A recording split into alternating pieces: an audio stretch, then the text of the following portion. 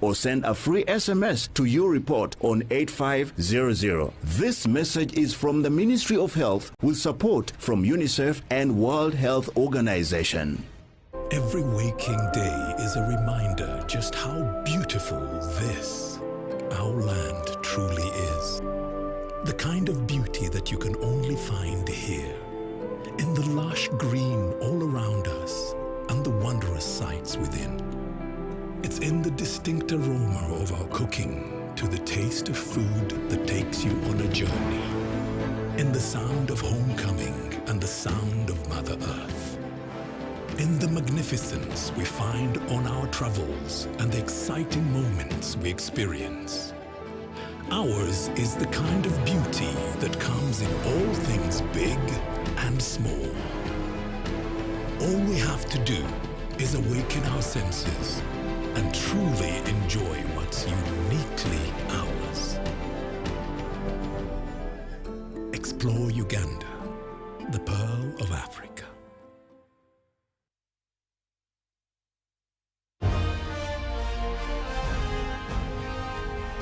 Live from UBC Studios in Kampala, this is Good Morning Uganda Extra.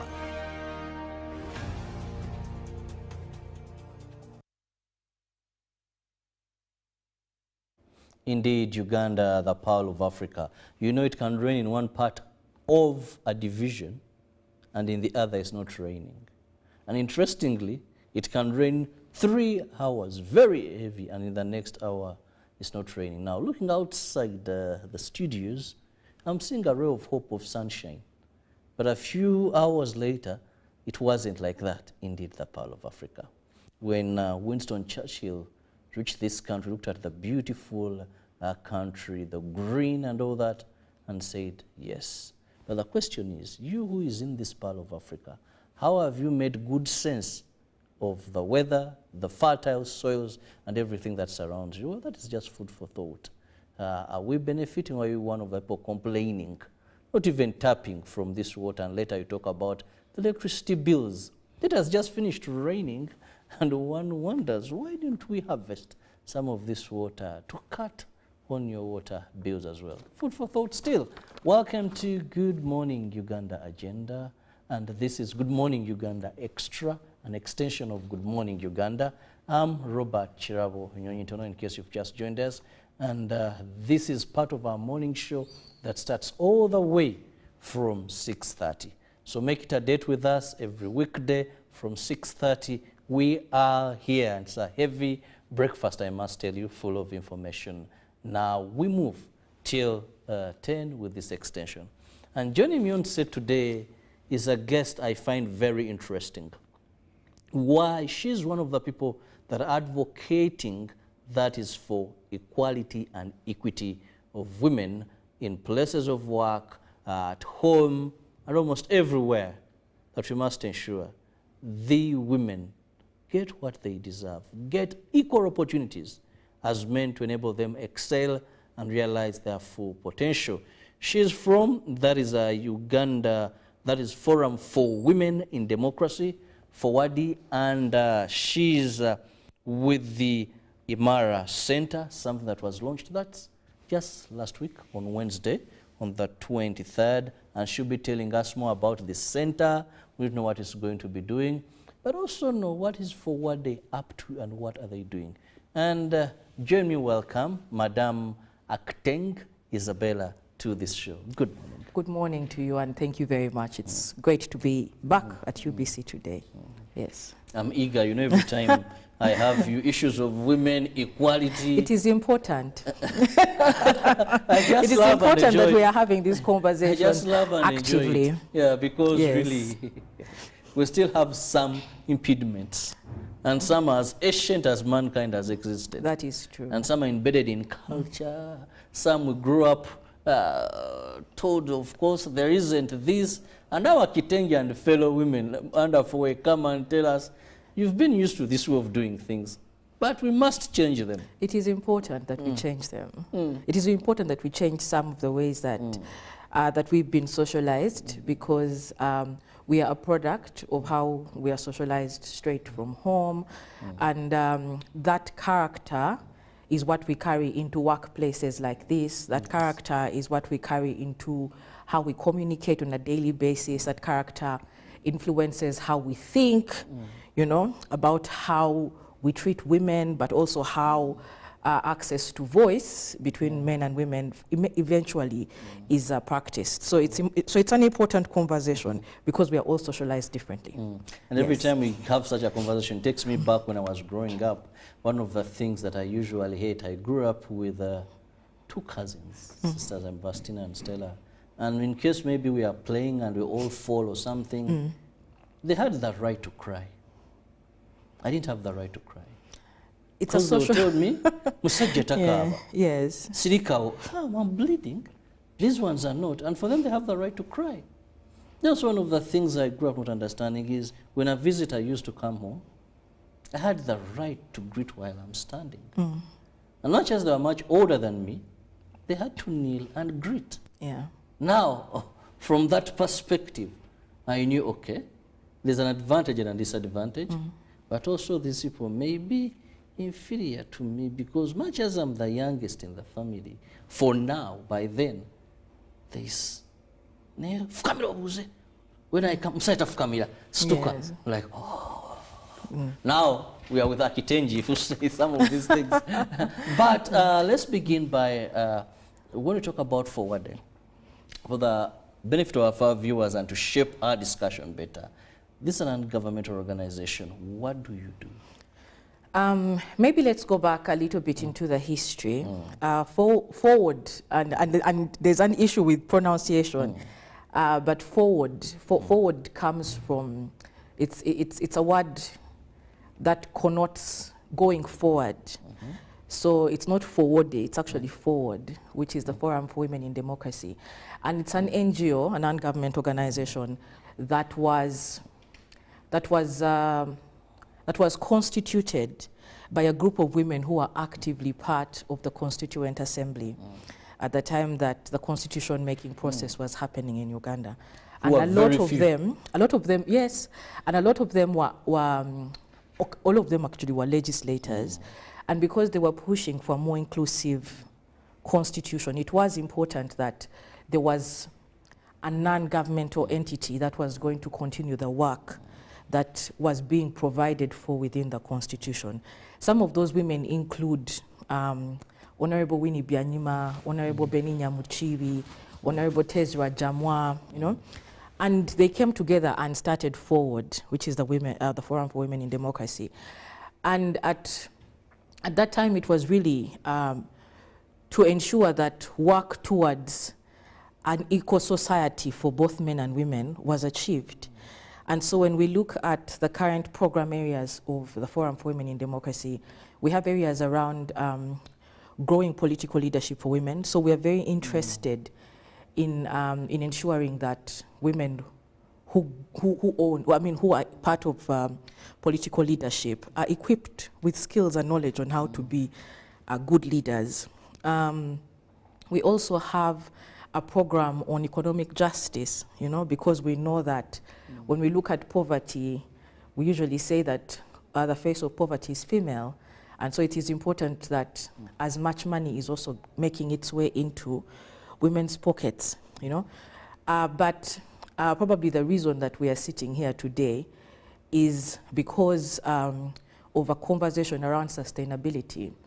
So given the pushbacks around work in the non-governmental context sector, given the increasing cuts towards work around much needed aspects like gender equality, given the fact that every day, most times when we listen to the president of this country, he reminds us that we are moving towards middle income. What many of us don't know is that when you hit middle income status, there's money you can no longer attract.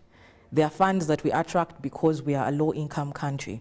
So when we hit middle income status, there's money we will lose, you know? And yet the realities around the abuse of women, the realities around violence, the realities around inequality, are realities that are evolving, and we still need to invest. So the Imara Women's Center is an initiative of the Forum for Women in Democracy to anchor work over the next 25 years. For the people who are listening in, this year forward is 27 years. So it's 27 years since the constitutional making process. So we make 27 years. And at 27 years, it is to say that how we're thinking creatively around sustaining work towards an equal future. And that is why we are, yes, having this conversation. Very interesting. Yes. Now, you've been around for 27 years. Yes. But we still see these inequalities in places of work almost everywhere. What are you doing towards that direction? Or why do we still see them exist? When we talk about the likes of Honorable Winnie Wanyima, oh, these women that have, I think, they have a legacy. These are women on international recognition. When we talk about Honorable Tezra Jamwa, she's a woman who I would say, yes, she's been in all places, I must say. She's helped mentor a number of women. Yes. Good thing is I've ever interacted with her. She was she's, I think, one of our bosses. So, in one way or the other. So I must say, we've seen improvement in terms of women in politics, but also many have come on that direct ticket because a man cannot compete anyway. So what milestones can we say at 27 years that are there? So again, the 27 years are not the journey of equality within the context of Uganda. Uganda is older than the Forum for Women in Democracy.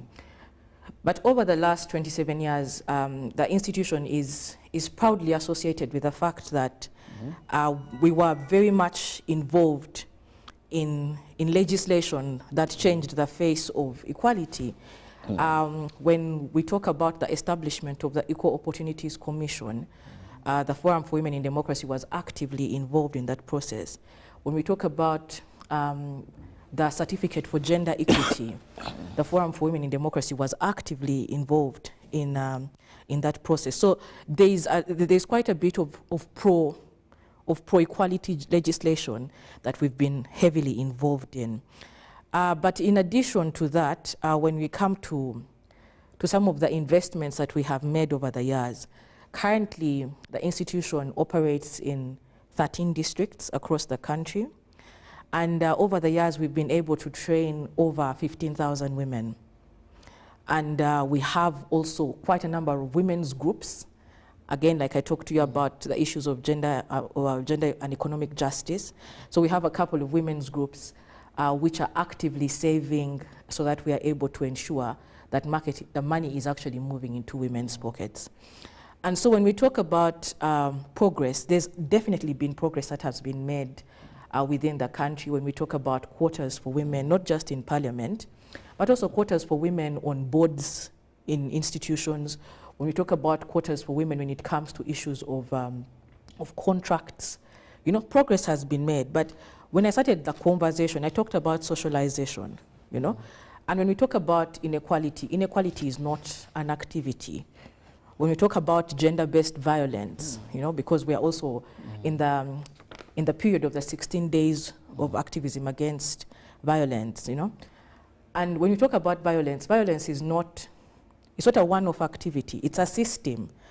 Inequality, oppression is a system. And so we cannot wish it away overnight, you know. And when we go back to what feeds that system, we must recognize the role that power plays.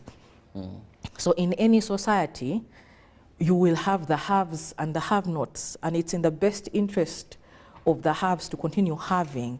When we begin to talk about redistribution of power, then you begin to hit walls and you begin to face resistance. And so when you ask why violence continues, it continues because of power dynamics at different levels, you know. And whereas aspects like access to education, access to money by women may reduce that inequality. We have realities of the fact that the average Ugandan is a 16-year-old girl who is most likely living in rural Uganda.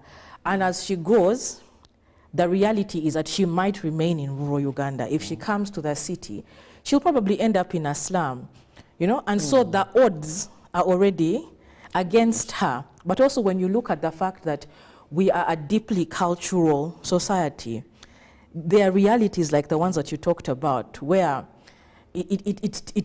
when you talk about aspects of kneeling, when you talk about aspects of voice, when you talk about aspects of bodily autonomy, your body is not yours, your voice is not yours, you know? They belong to someone else because of the socialization aspect.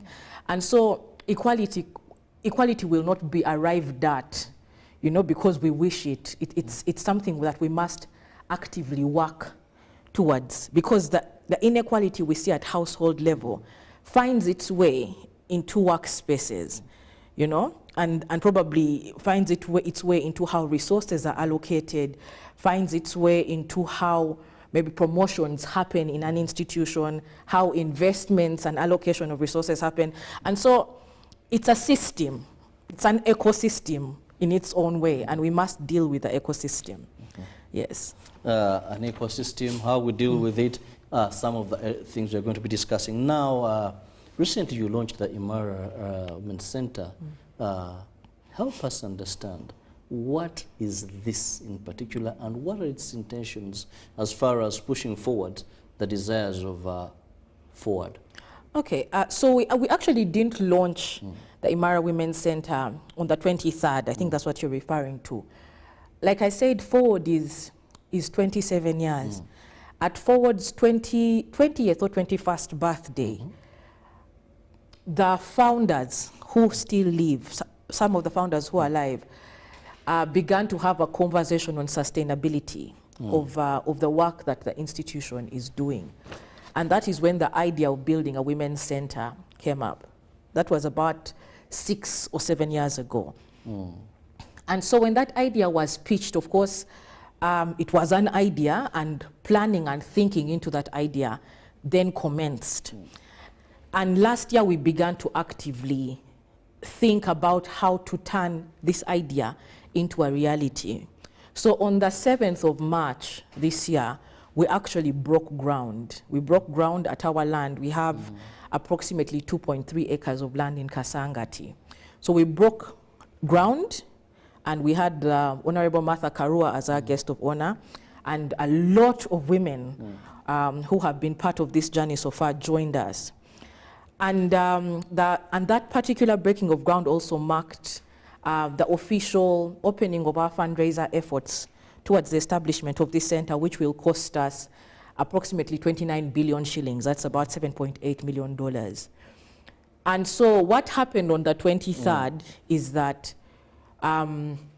we unveiled the corporate identity of the Imara Women's Center, and also introduced that identity to the world. So it was to say that when you see this logo, when you see these colors, when you see this tagline, this is who we are identifying with. And so it's been a process, and we are looking at a 2-in-1 state-of-the-art women's center, with one part of the women's center being office space, so 5 floors of lettable office space. We are also looking at the other part of the center being what we call a residency, a place where women can take time off and go and rest and rejuvenate. And we would like to put this center up over the next 5 years. So this is year 1. And so there's a lot of groundwork going into year 1. But for the listeners, it's to say that we already have land, we already have all the approvals made.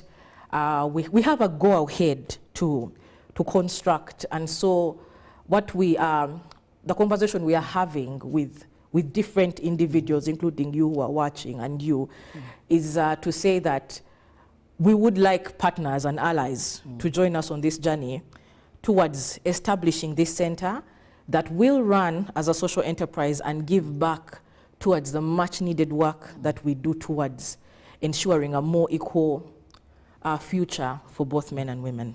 Now, this brings one question in my mind.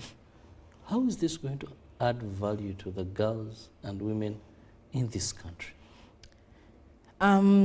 So when you look, if we're to look at it through the context of programming, for example, and were to calculate the amount of money, for example, we spend on training, and usually if you're to train someone, a one-day training may not suffice.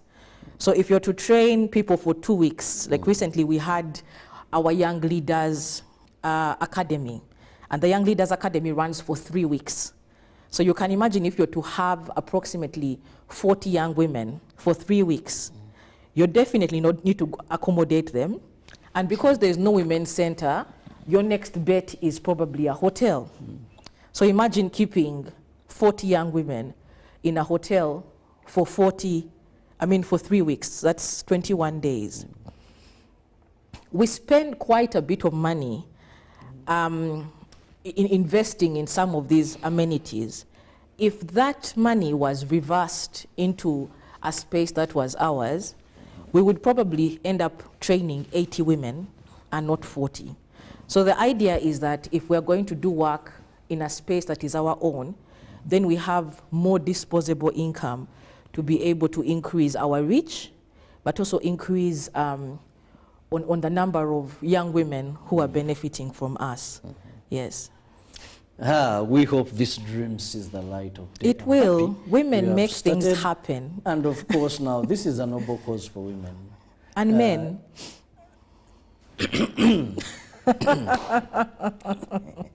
You know, sometimes men will feel exonerated.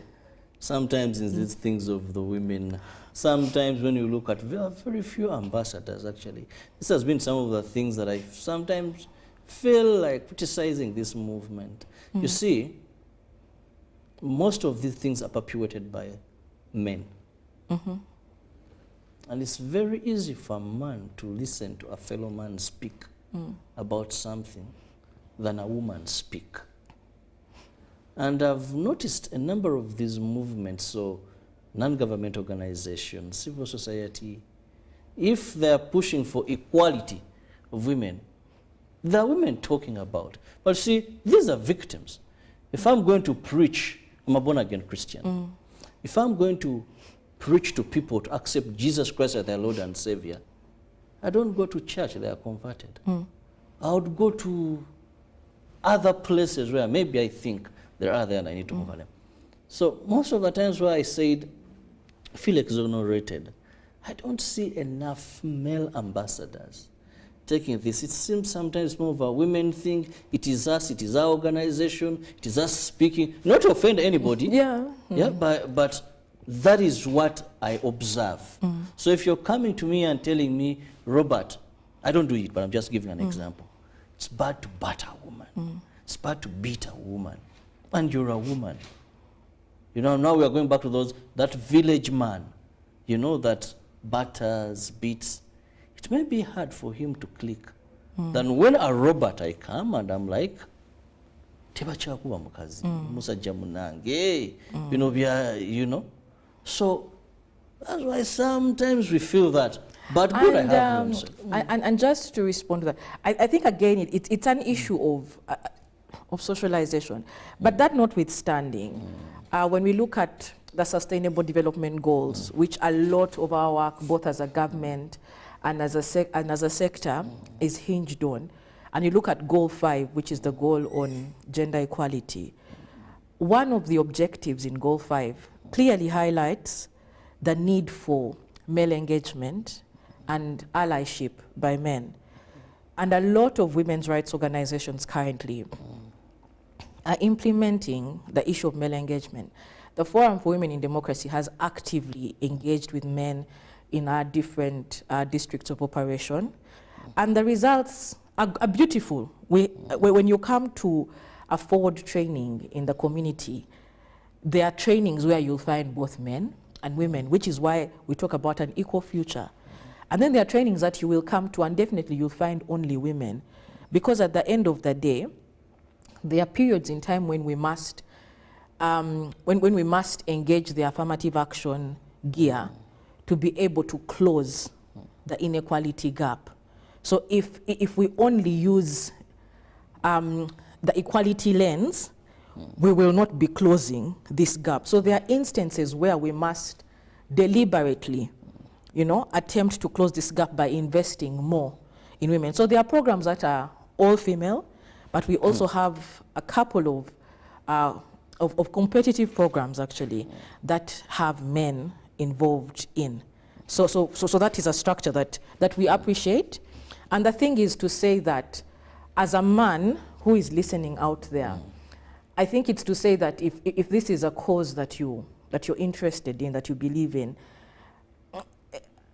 I don't want to use the usual terminology that they use, that be man enough. But yes, stand up on your 2 feet and say, I believe in the equality of women. I believe that women are human beings and should be treated as full humans, and I'll do everything in my power to ensure that that happens.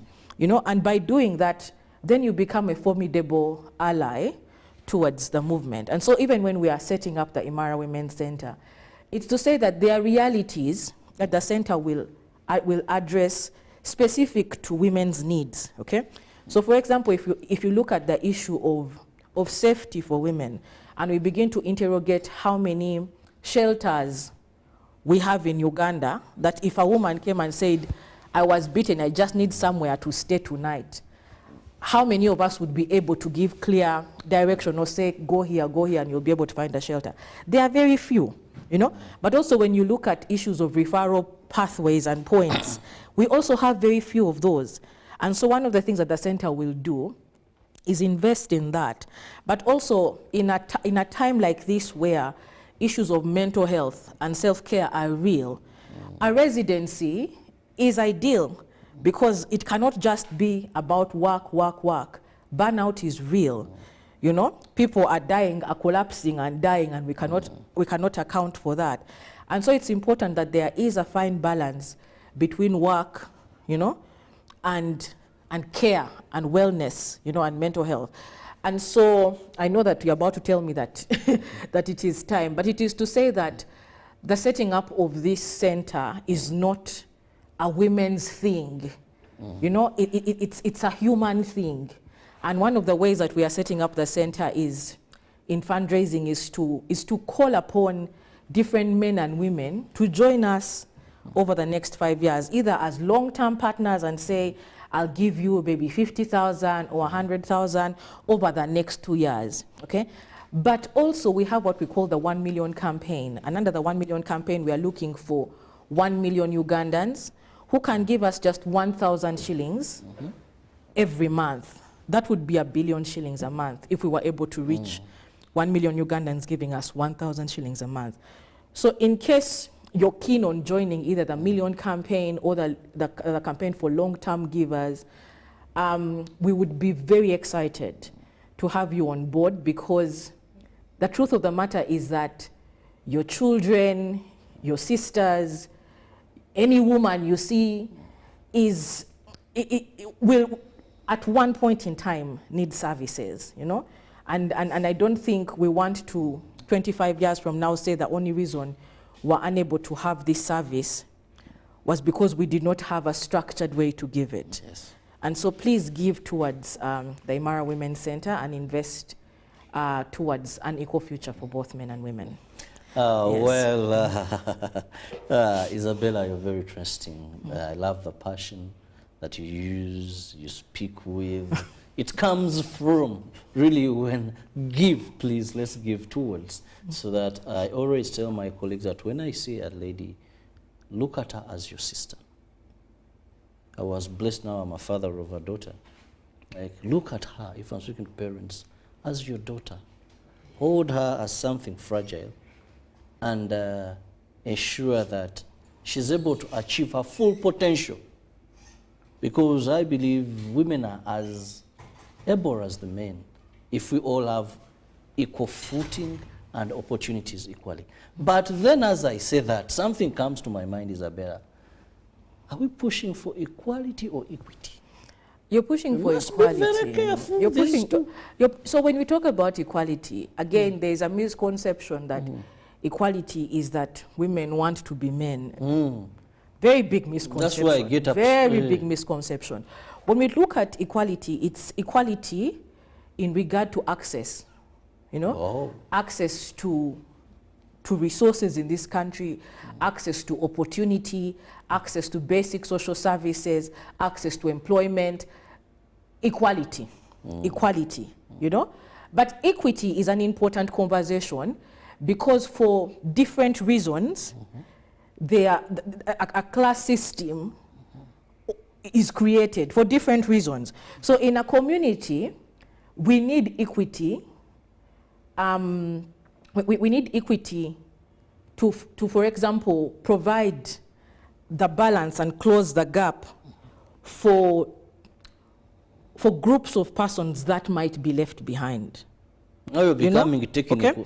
So when we look at groups of persons that might be left behind, let's go a bit slow. Let's look at, for example, when you're talking about now why you should bring in equity here. Let's go slow because... So the issue of equity, and I think I should give you examples, okay? If you look, for example, at persons with disability. Yes.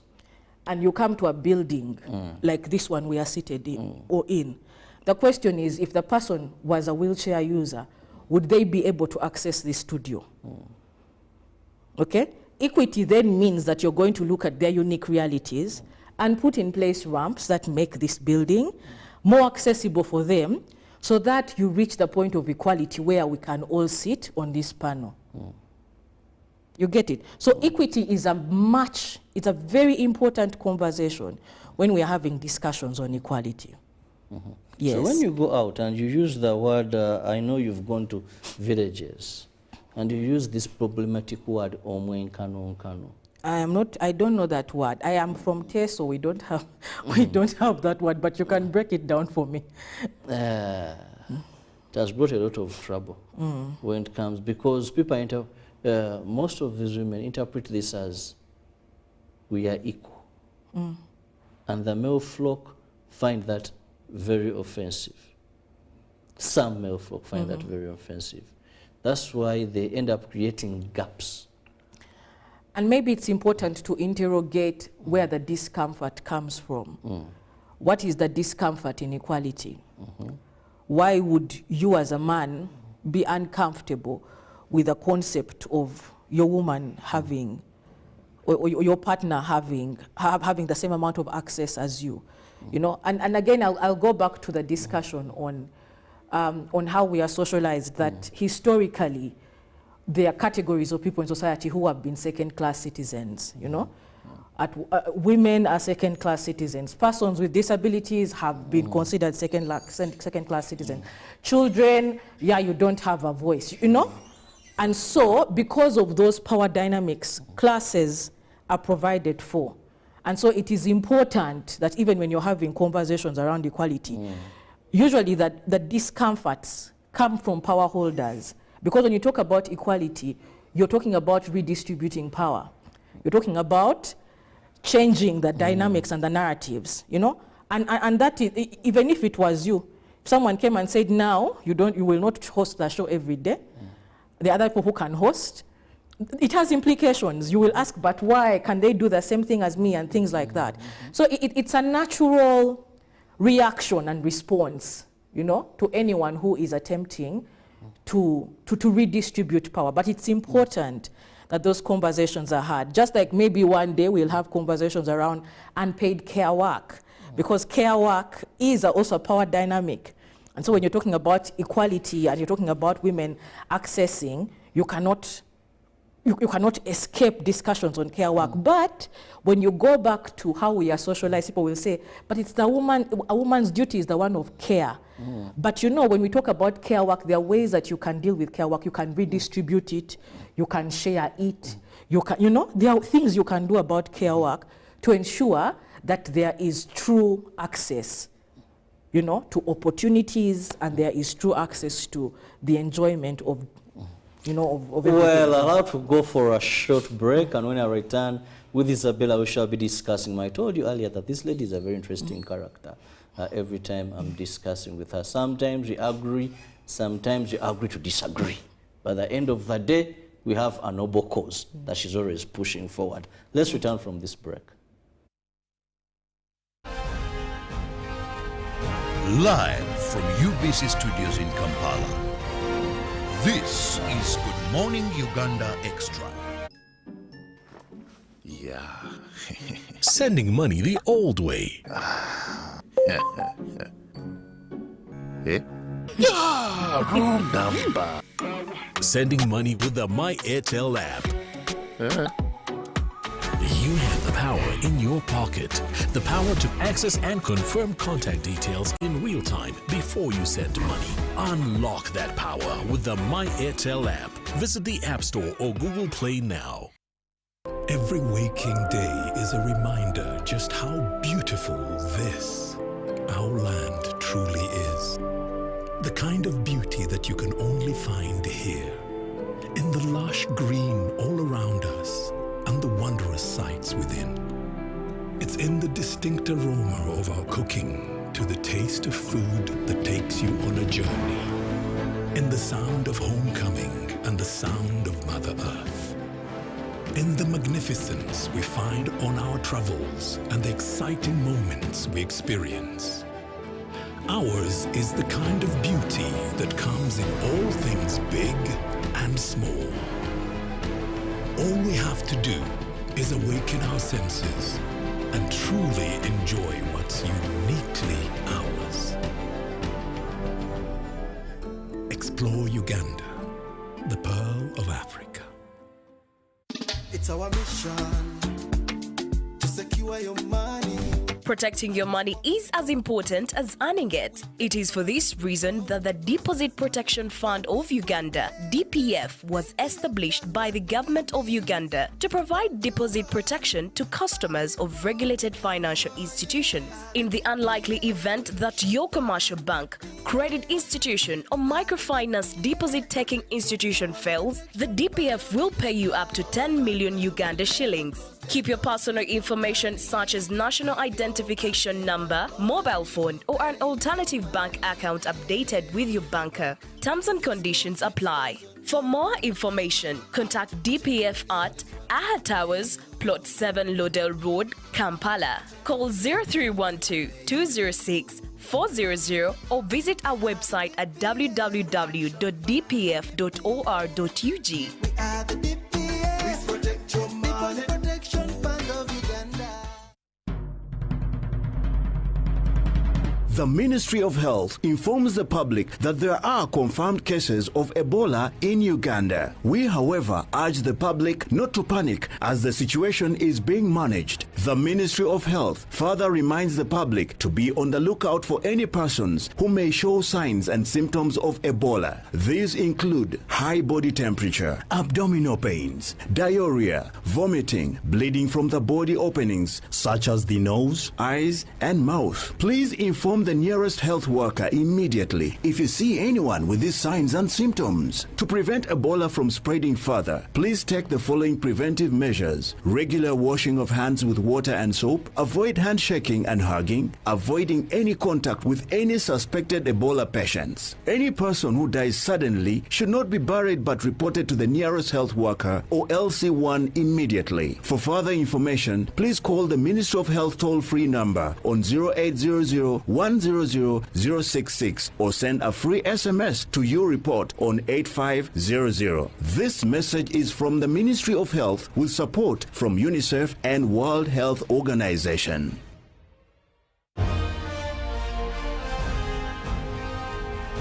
Live from UBC Studios in Kampala, this is Good Morning Uganda Extra.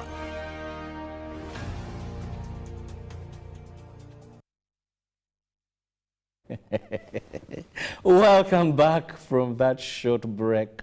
There was so much interesting talk here in studios about equality and, of course, why certain things really we shouldn't still cling on them. And I found that so interesting.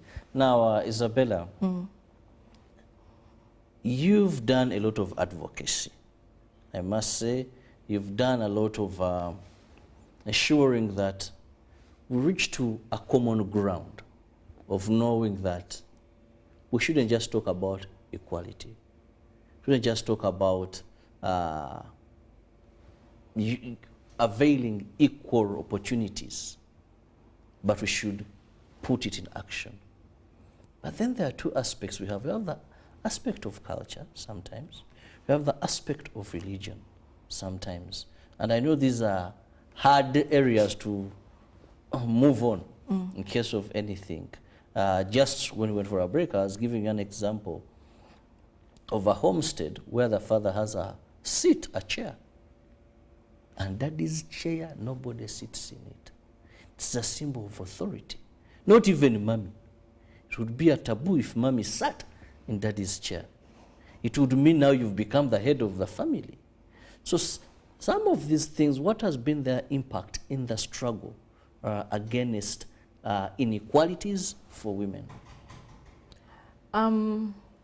So again,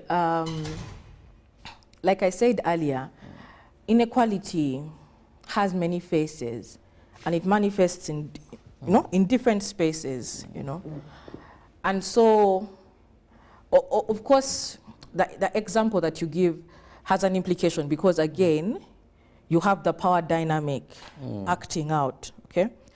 And the power dynamic is really to say that when it comes to issues of agency, an agency is really a woman's ability to decide, on either issues that affect her. So when it comes to issues of agency, in a power dynamic like that,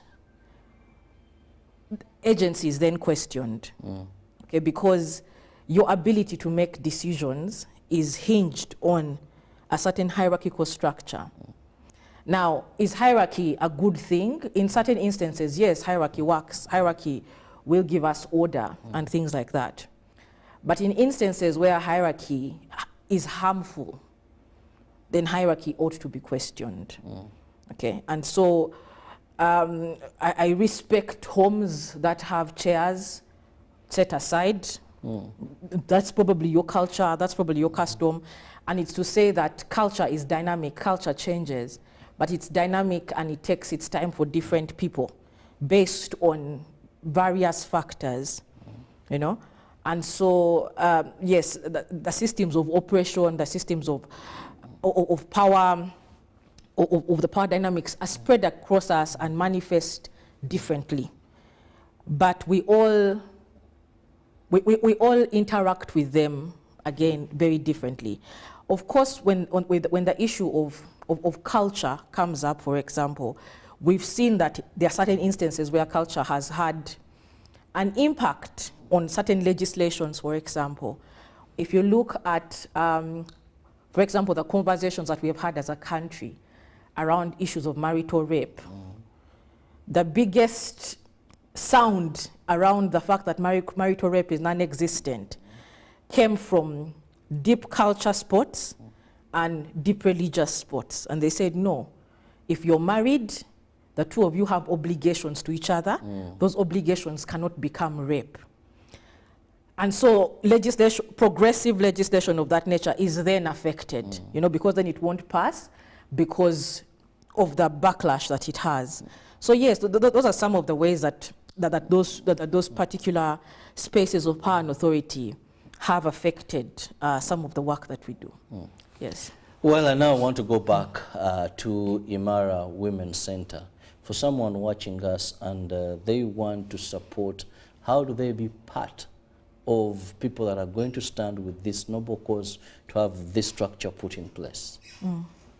So like I said earlier, there's about 3 ways that you can participate and support. The first way is that the center has what we call the Imara shop. So the Imara shop has merchandise. So for every piece of merchandise that you buy, you are supporting the home. The profits from that merchandise go back to the home. So you can purchase merchandise. The second way is that you can be a long-term giver. So if you have been blessed and you would like to give back You can say that I will put in 50,000, 30,000, 100,000, 10,000, 300,000 a month, maybe for a year, because we are trying to encourage long-term giving on consistent small amounts of money that do not leave a dent in your pocket, you know. But in the event that that is also not sustainable on your side, the third way that you can give is through the 1 million campaign. And in the 1 million campaign, whereas it's tied to 1,000 shillings, you can say, I will pay for 10 people. I'll pay for my mother, I'll pay for my 2 sisters, for my 2 daughters. And if you can give that over again another period of time, if we have consistent, a consistent group of 1 million people giving us 1,000 shillings every month, then we will be able to raise 1 billion a month, and in about 30 months, we would have been able to raise the total amount of money. In order to be able to support, we have merchant codes. Unfortunately, we did not provide for that, but we have merchant codes that are accessible on our different social media platforms. That is on Twitter, on Instagram. We have, plus also our website. So you would be able to find our MTN merchant code, our Airtel merchant code, but you'd also be able to deposit directly on options of different bank accounts, both in local currency and the dollar, and in terms of dollars, in case that is how you would like to contribute. But don't hesitate to reach out on our different websites. There are contacts, and we will be able to get back to you on how we can become long-term Well, partners. one of the things that I'm happy about here is we are looking at Ugandans also being part of this. Absolutely. Because one of the weaknesses of NGOs is we've always looked at the donor community. The donor community, donor community, donor community. And sometimes some of these programs, when the funding ends, They die. they die, and the Yes. impact, instead of sustainability, is not achieved. But where we are looking at Ugandans that come for this noble cause, I find that very, very interesting. And I want to applaud you Thank for you. ensuring that our people, I believe he who pays the piper determines the tune. And sometimes they may determine a tune that is not very friendly with us, but we have nothing to do. So when we begin empowering our own selves, having that spirit, because fellow Ugandans, this we can do. These people also, that is how we get the aid they are giving us. Someone stands up and says, there's this noble cause for a country called Uganda, let's give diligently. Yes. And people do. Then they come with this money here, then they help us solve some of our challenges. We can do it. We can Let's do it. start this as Ugandans. The 1,000 campaign is something I find very friendly. And of course, if you look at 1 million people doing that diligently with commitment, well, the center will be up. Time is not so much on my side. I'll just give you 1 minute to have your concluding remark. Thank you very much. In conclusion, a lot of local philanthropic initiatives have happened. One of our allies in this fundraising effort is Imam Kasozi, you know, who is a well-known cleric. And he oversees work around the Mia Mia campaign, where a lot of our Muslim brothers and sisters are putting in 100 shillings, you know, to build mosques across the country. And so it's possible because the mosques are being built. And we happened to meet the Muslim women leaders, and they pledged to get us about 500 women directly to give towards the 1 million campaign. And so in our different churches, in our different mosques, in our different communities, these are things that we have already been doing, you know. And so we ask that you partner with us once again to establish this center that we believe shall be a sustainable way of investing into the much needed work that we do. Thank you. Well, thank you so much Thank for coming up and, of course, discussing a number of issues that are affecting the women. I call for more male ambassadors in this struggle. I want to just wish you a lovely day. Till tomorrow, God willing. Stay safe. Ebola is not yet done with us, neither is COVID. So be very sensitive of your sanitation. Ensure you continue regular washing of hands. We are moving away from these, but these are things we must do regularly. We do not want to have more infections of Ebola. We want to see Uganda totally free and declared Ebola free. Join the fight. Be that person to advise the other if they are forgotten. And in case you suspect anyone, please report to the authorities. and do not become an escapee. If you're taken to these isolation centers, please, 21 days is not so much because you'll be saving a life. God bless you. Indeed. Live from UBC Studios in Kampala, this is Good Morning Uganda Extra.